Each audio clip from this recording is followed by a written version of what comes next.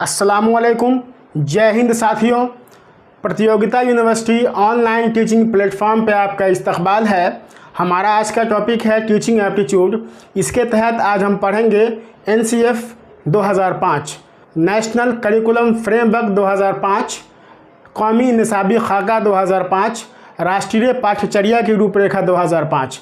इसको आज हम पढ़ेंगे। आज से हम टीचिंग एप्टीट्यूड का ये लेक्चर सीरीज शुरू कर रहे हैं। उम्मीद है कि टीचिंग एप्टीट्यूड के इस लेक्चर सीरीज़ से आप सभी को फ़ायदा होगा, और अगर आपने इस लेक्चर सीरीज़ को ठीक से देख लिया तो एक्स्ट्रा अलग से कुछ भी आपको पढ़ने की देखने की ज़रूरत नहीं पड़ेगी। हमारे ये वीडियोस आपके टीचिंग एप्टीट्यूड के लिए काफ़ी हो। इससे पहले हम जीके का सीरीज़ चला रहे थे। अगर आपने जीके का सीरीज़ नहीं देखा है तो नीचे डिस्क्रिप्शन बॉक्स में जीके के सीरीज़ का लिंक दिया हुआ है, आप वहां जाकर देख सकते हैं। अगर आप हमारे चैनल पर नए हैं तो लाइक, सब्सक्राइब और शेयर ज़रूर करें। तो आइए अब हम बात करते हैं टीचिंग एप्टीट्यूड की। टीचिंग एप्टीट्यूड जो मानू में जो बीएड और डीएलएड का सिलेबस है उसके हिसाब से पिछले वीडियो में मैंने आपसे बात किया था कि बीएड के एग्जामिनेशन में 10 नंबर का टीचिंग एप्टीट्यूड रहता है और डीएलएड के एग्जामिनेशन में 30 नंबर का टीचिंग एप्टीट्यूड रहता है। ये 10 नंबर और 30 नंबर बहुत ही आसान भी है और बहुत ही मुश्किल भी है। आसान इस मायने में है कि इसको सॉल्व करना बहुत ही आसान होता है अगर आप इसकी फ़िलॉसफी को, इसके लॉजिक को आप जान जाते हैं, और मुश्किल इस मायने में है कि दिखने में आसान लगता है और हमें लगता है कि हमने इसको सही कर दिया और वो गलत हो जाता है। तो आइए आज हम टीचिंग एप्टीट्यूड या तदरीसी रुझान के ताल्लुक से बातचीत करते हैं। तदरीसी रुझान में जो मानू में पूछने का पैटर्न है वो 2 तरीके के सवाल आपसे पूछेंगे। पहले तरीके का जो सवाल होगा वो फैक्चुअल टाइप का होगा। ये फैक्चुअल टाइप का होगा, फैक्चुअल बेस्ड क्वेश्चंस। दूसरा जो टाइप होगा वो होगा थ्योरेटिकल बेस्ड क्वेश्चन। अब हम बात करते हैं कि फैक्चुअल बेस्ड जो क्वेश्चन होगा उसमें किस तरह के सवाल होंगे और किस किस पोर्शन से सवाल आएगा। उसके बाद जो थ्योरेटिकल पोर्शन है उससे किस तरीके के सवाल आएंगे। जहाँ तक फैक्चुअल बेस का सवाल है तो फैक्चुअल में जो जनरली अब तक मानू में पूछने का पैटर्न है वो ये है कि NCERT से सवाल रहते हैं, CBSE से सवाल रहते हैं, NCTE से, SCERT से, डाइट से, एजुकेशनल कमेटी और कमीशन से, RTE 2009 से, RIE से, मिनिस्ट्री ऑफ एजुकेशन से, मिनिस्ट्री ऑफ HRD से। इसके साथ साथ अभी जो करंट में NEP 2020 है इससे भी सवाल रहेंगे। NEP 2020 से 1 सवाल से 2 सवाल इस बार कंपलसरी है। ख़ास तौर से डीएलएड में पूछने के चांसेस है क्योंकि डीएलएड में 30 नंबर के सवाल होंगे। बीएड में 1 सवाल के पूरे चांस हैं और डीएलएड में कम से कम 2 सवाल NEP 2020 से पूछने के चांसेस हैं। उसके अलावा जो थ्योरेटिकल पोर्शन है, ये थ्योरेटिकल बेस के क्वेश्चन को सॉल्व करने के लिए एजुकेशन का अपना कोई साइकोलॉजिकल और फिलोसफिकल अपना एक बेस है, फाउंडेशन है, उनकी अपनी एक थ्योरी है, उसकी बुनियाद पर इस तरह के सवाल सॉल्व होते हैं। इसको हम बाद में देखेंगे। सबसे पहले हम देखते हैं फैक्चुअल टाइप के क्वेश्चन को। इसमें आज हम NCF 2005 की NCF का जो फुल फॉर्म होता है वो होता है नेशनल करिकुलम फ्रेमवर्क। ये 2005 में आया था। NCF 2005 को जिस इदारे ने बनाया है उसका नाम है NCERT। ये NCERT दिल्ली में है। नेशनल करिकुलम फ्रेमवर्क या NCF 2005 के जो चेयरमैन थे वो प्रोफेसर यशपाल थे। प्रोफेसर यशपाल के चेयरमैनशिप में NCF 2005 का निर्माण हुआ था। अब तक हमारे पास जो NCF है वो 4 NCF है। पहले NCF जो आया था वो 1975 में आया था। दूसरा NCF जो आया था वो 1988 में आया था। तीसरा NCF जो आया था वो 2000 में आया था, और जो आखिरी NCF है जो हमारे पास है वो 2005 में आया था। अभी तक का NCF जो है वो अभी तक का एजुकेशन का सबसे महत्वपूर्ण डॉक्यूमेंट है। NCF स्कूल करिकुलम पे फोकस करता है। ये जो NCF है वो यशपाल कमेटी की एक रिपोर्ट थी, लर्निंग विदाउट बर्डन, शिक्षा बिना बोझ के या तालीम बिना बोझ के। इसके थ्योरी पे, इसके सिद्धांत पे इसको बनाया गया था। इससे पहले 1986 का जो NPE है, नेशनल पॉलिसी ऑफ एजुकेशन 1986, राष्ट्रीय शिक्षा नीति 1986 का जो रिपोर्ट था, इन दोनों के लाइट में इसको बनाया गया है। ये जो NCF है इसकी जो फ़िलासफ़ी है वो कंस्ट्रक्टिविज़्म की फ़िलासफ़ी है। कंस्ट्रक्टिविज़्म की जो फ़िलासफ़ी होती है ये लर्निंग बाय डूइंग पे फोकस करता है, मतलब किसी काम को करके सीखना। लर्निंग बाय एक्सपीरियंसिंग की बात करता है, लर्निंग बाय एक्सपीरियंस की बात करता है। अब हम सबसे पहले देखते हैं एनसीएफ का जो मेन फोकस पॉइंट था वो क्या था। एनसीएफ का main focus point 5 focal point था। एनसीएफ को उर्दू में कौमी निसाबी खाका कहते हैं, इसमें कंफ्यूज नहीं होना है। हिंदी में राष्ट्रीय पाठ्यचर्या की रूपरेखा कहते हैं। आपको जो सवाल पूछेगा वो कौमी निसाबी खाका 2005 के नाम से पूछेगा। तो आइए अब हम देखते हैं कौमी निसाबी खाका 2005 का जो मेन गाइडिंग प्रिंसिपल है, जो अहम उसूल हैं, वो अहम उसूल क्या हैं। सबसे पहले तो बता दूं कि जो गाइडिंग प्रिंसिपल है वो 5 गाइडिंग प्रिंसिपल हैं।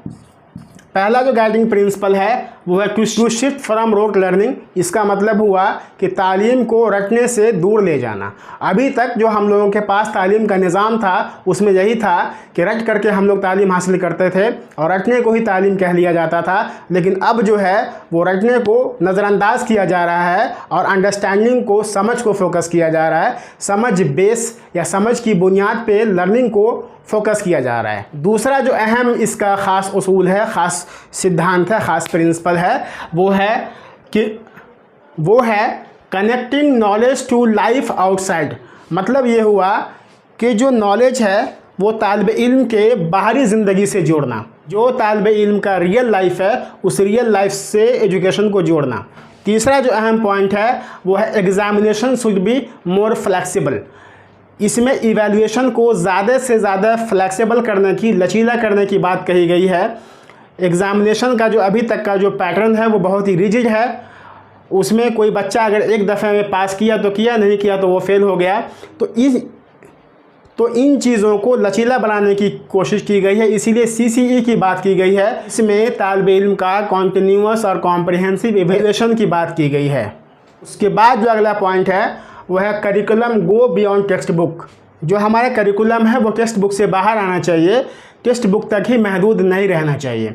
जनरली अब तक जो पैटर्न है वो ये है कि हम लोग जो टेक्स्ट बुक एक बार दे दिया हमको सीबीएसई ने, एनसीईआरटी ने या किसी भी इदारे ने बना करके, उसी टेक्स्ट बुक को हम पूरा ज्ञान का भंडार मान लेते हैं। लेकिन एनसीएफ 2005 का यह कहना है जो भी टेक्स्ट बुक आपको दिया जाता है उसके नॉलेज से बाहर आपको निकलना है। अगला पॉइंट है nurturing and over riding identity. इसका मतलब ये हुआ कि तालिब इल्म की इस तरह की तरबियत करना, ज़िम्मेदार इंसान, ज़िम्मेदार शहरी बन सके, ज़िम्मेदार नागरिक बन सके, इस तरह के तालिब इल्म को तैयार करना। अब हम एक बार ब्रीफ में ये 5 जो फोकल पॉइंट है इसको समझ लेते हैं। कहने का मतलब ये है कि जो पूरा का पूरा एनसीएफ है वो इसी 5 प्रिंसिपल पे बेस्ड है। पहला जो प्रिंसिपल है वो सिंपल लैंग्वेज में उसको ऐसे समझिए कि तालीम को या एजुकेशन को रटंत जो प्रणाली है, जो याद करने का सिस्टम है उससे दूर ले जाना। समझ की बुनियाद पे एजुकेशन देना, अंडरस्टैंडिंग की बुनियाद पे एजुकेशन देना। रटने को यहाँ निगेटिव में लिया गया है। उसके बाद का जो मामला है वो ये है कि नॉलेज को तालिब इल्म की बाहरी ज़िंदगी से जोड़ना। जब तक नॉलेज को तालिब इल्म की बाहरी ज़िंदगी से नहीं जोड़ेंगे, उसकी सामाजिक ज़िंदगी से नहीं जोड़ेंगे, उसके प्रैक्टिकल लाइफ से नहीं जोड़ेंगे, तब तक तालिब इल्म के लिए उस नॉलेज का कोई ख़ास अहमियत नहीं रह जाएगी। उसके बाद जो अगला पॉइंट है वो एग्ज़ामिनेशन को लेके है। एग्ज़ामिनेशन के बारे में कहा जाता है कि ये फ्लैक्सिबल होना चाहिए। अभी तक क्या होता था हमारे पास कि हम एक टाइम सेट किया 3 घंटे का या 2 घंटे का या 1 घंटे का, उसमें जो भी तालिब इल्म आया, एग्ज़ाम दिया, फेल किया, पास किया, जो भी रिज़ल्ट आया उस रिज़ल्ट को मान लिया गया और उस बच्चे का जो है उसी एग्ज़ाम की बुनियाद पर उस बच्चे को पास या फेल कर दिया गया। लेकिन एनसीएफ इस बात को प्रमोट नहीं करता है। वो ये कहता है कि मान लीजिए कि उस पर्टिकुलर टाइम में तालिब इल्म की ज़हनी हालात अच्छे नहीं हो, जिस्मानी हालात अच्छे नहीं हो, उसके घर में कोई प्रॉब्लम हो, वो कोई परेशानी से गुज़र रहा हो, तो आप उस बच्चे को कैसे इवेलुएट कर सकते हैं जो साल भर मेहनत किया, साल भर अच्छा था, लेकिन वो पर्टिकुलर टाइम पीरियड में जब आपने एग्ज़ाम फिक्स किया तो वो बच्चा अच्छा परफॉर्म नहीं कर पाया। तो इसी के लिए कहता है कि एग्ज़ामिनेशन जो है वो फ्लैक्सिबल होना चाहिए।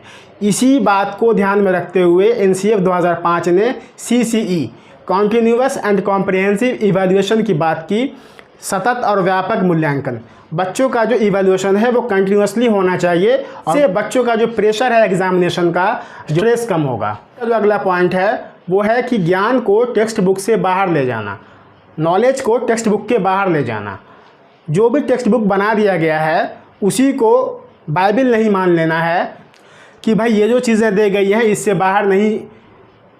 बाहर नहीं जाना है। टेक्स्ट बुक में जो भी चीज़ें दी गई हैं उस नॉलेज को उस तालिब इल्म के लोकल लाइफ से, उसकी लोकल एनवायरनमेंट से जोड़ के उसको पढ़ाना है।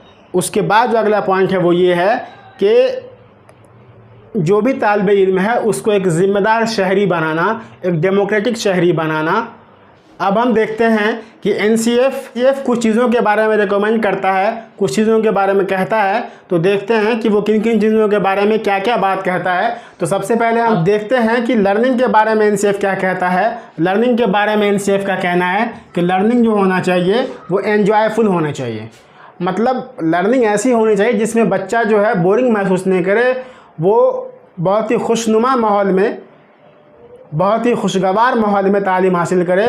और लर्निंग के बारे में कहा जाता है कि वो इंटीग्रेटेड अप्रोचेज़ होना चाहिए उसका, और होलिस्टिक अप्रोचेज़ होना चाहिए। उसके बाद हम देखते हैं लैंग्वेज के ताल्लुक से क्या कहता है एनसीएफ। लैंग्वेज के ताल्लुक से जो एनसीएफ कहता है वो ख़ास तौर से 3-4 बातें हैं। इस पर बहुत सवाल पूछता है, आप ध्यान से इसको सुनिएगा। लैंग्वेज के ताल्लुक से एनसीएफ का जो कहना है वो सबसे पहली बात तो ये कहता है मल्टीलिंगुअलिज्म के बारे में। वो ये कहता है कि जो हमारा जो क्लासरूम है वो मल्टीलिंगुअल होना चाहिए। हिंदुस्तान एक मल्टीलिंगुअल मुल्क है जहाँ एक क्लासरूम में कई सारे बच्चे जो है कई ज़बान के बच्चे रहते हैं। तो मल्टीलिंगुअलिज्म को एक रिसोर्स के तौर पे इस्तेमाल करने की बात की गई है। उसके बाद ग्रामर के बारे में कहा गया है कि ग्रामर को अलग से नहीं पढ़ाया जाना चाहिए। Grammar should be taught in given context. Grammar को किसी संदर्भों में ही पढ़ाया जाना चाहिए, किसी कॉन्टेक्स्ट में ही पढ़ाया जाना चाहिए। उसके बाद मदर टंग के बारे में जो कहता है एनसीएफ 2005, वो ये कहता है कि बच्चों की तालीम जो है वो उसकी मादरी ज़बान में दी जानी चाहिए। खासकर प्राइमरी लेवल पे जो तालीम का ज़रिया होना चाहिए वो उसकी मादरी ज़बान होनी चाहिए। उसके बाद लैंग्वेज के बारे में एक ख़ास बात और कहता है एनसीएफ, वो ये कहता है कि बच्चों को ज़्यादा से ज़्यादा लैंग्वेज को इस्तेमाल करने का मौका देना चाहिए। अब हम देखते हैं कि टीचर के बारे में एनसीएफ क्या कहता है। टीचर के बारे में एनसीएफ कहता है कि टीचर का जो रवैया हो वो स्टूडेंट के साथ दोस्ताना हो। टीचर एक फैसिलिटेटर है, वो सिर्फ फैसिलिटेशन का काम करेगा। टीचर को एक दोस्त की तरह माना गया है, इसीलिए कहा गया है कि टीचर जो है वो उसका रवैया जो है वो दोस्ताना होना चाहिए। इसके बाद जो सबसे ख़ास बात है एनसीएफ का, वो एजुकेशन को चाइल्ड सेंटर्ड बना दिया है। इससे पहले जो हमारे तालीम का निज़ाम था वो टेक्स्ट बुक सेंटर्ड था, टीचर सेंटर्ड था। अब जो तालीम का निज़ाम है वो चाइल्ड सेंटर्ड है, तालिब इल्म सेंटर्ड है, तालिब इल्म मरकूज़ है। चाइल्ड सेंटर्ड कहने का मतलब है कि तालीम का, एजुकेशन का पूरा जो फोकस पॉइंट होगा वो स्टूडेंट होगा, तालिब इल्म होगा। तालिब इल्म के मेंटल और फिज़िकल रिक्वायरमेंट के हिसाब से तालीम दी जाएगी। हर वो काम किया जाएगा जिसमें तालिब इल्म कंफर्टेबल महसूस करेगा और तालिब इल्म जिस तरीके से बेहतर लर्निंग कर सके ऐसा माहौल प्रोवाइड कराया जाएगा। इसके बाद हम बात करते हैं करिकुलम की। करिकुलम के ताल्लुक से एनसीएफ 2005 कहता है कि करिकुलम फ्लेक्सिबल होना चाहिए और करिकुलम में स्कोलास्टिक एरिया और को स्कोलास्टिक एरिया, मतलब शैक्षणिक और गैर शैक्षणिक दोनों जो एरिया है वो इसमें शामिल होना चाहिए। ऐसा नहीं कि सिर्फ बच्चों को तालीम दिए जा रहे हैं, उसका जो फिज़िकल जो ग्रोथ है वो नहीं हो रहा है। कहने का मतलब है कि करिकुलम ऐसा होना चाहिए जिसमें तालिब इल्म का मेंटल और फिज़िकल दोनों डेवलपमेंट होना चाहिए। उसके बाद हम बात करते हैं इवैल्यूएशन की। इवैल्यूएशन में हमने पहले ही बताया कि इवैल्यूएशन को फ्लैक्सिबल बनाने की बात की गई है और CCE continuous and comprehensive evaluation को प्रमोट किया गया है। इसके बाद है जेंडर इशू। जेंडर इशू पे ख़ास फोकस है। एनसीएफ 2005 में जेंडर के ताल्लुक से काफ़ी बात की गई है। जेंडर सेंसिटाइजेशन की बात की गई है। हमारे समाज में जेंडर को लेकर के काफ़ी भेदभाव हैं, उस भेदभाव को ख़त्म करने की बात की गई है। अगला जो हमारा रिकमेंडेशन है एनसीएफ का, एनवायरनमेंटल इशू। एनवायरनमेंटल इशू के ताल्लुक से स्टूडेंट को एनवायरनमेंट के तालिब इल्म को एनवायरनमेंट से अवेयर होना चाहिए। उसके बाद जो ख़ास बात है, जो अहम बात है, वो इंफॉर्मेशन और नॉलेज के ताल्लुक से है। अभी तक हम लोग इन्फॉर्मेशन को नॉलेज समझ लेते हैं और नॉलेज को जो है हम लोग वैल्यू ही नहीं देते। तो एनसीएफ 2005 ने इन्फॉर्मेशन और नॉलेज में फ़र्क बताया है। हम लोग इन्फॉर्मेशन को ही नॉलेज मान लेते हैं अभी तक। तो इन्फॉर्मेशन अलग चीज़ है, नॉलेज अलग चीज़ है। इन्फॉर्मेशन ही बाद में चल के नॉलेज होता है। जब कोई इन्फॉर्मेशन उस इंसान के प्रैक्टिकल लाइफ से जुड़ जाता है तब वो नॉलेज बन जाता है। उसके बाद टेक्स्ट बुक की बात की गई है। टेक्स्ट बुक के ताल्लुक से कहा गया है कि टेक्स्ट बुक ऐसा होना चाहिए जो उसके आसपास की ज़िंदगी को इंडिकेट करता हो, और ऐसा टेक्स्ट बुक डेवलप किया जाना चाहिए जो लगे कि वो उसी की ज़िंदगी से जुड़ा हुआ है।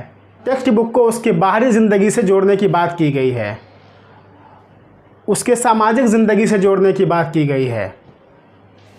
उसके बाद जो एनसीएफ 2005 फोकस करता है वो क्रिएटिविटी पे फोकस करता है और इनोवेशन पे फोकस करता है। क्रिएटिविटी और इनोवेशन पे ख़ास तौर से एनसीएफ का फोकस है। तदरीसी रुझान के जो सवालात आते हैं वो सारे के सारे सवालात एनसीएफ की फ़िलासफ़ी पे ही डिपेंड होते हैं।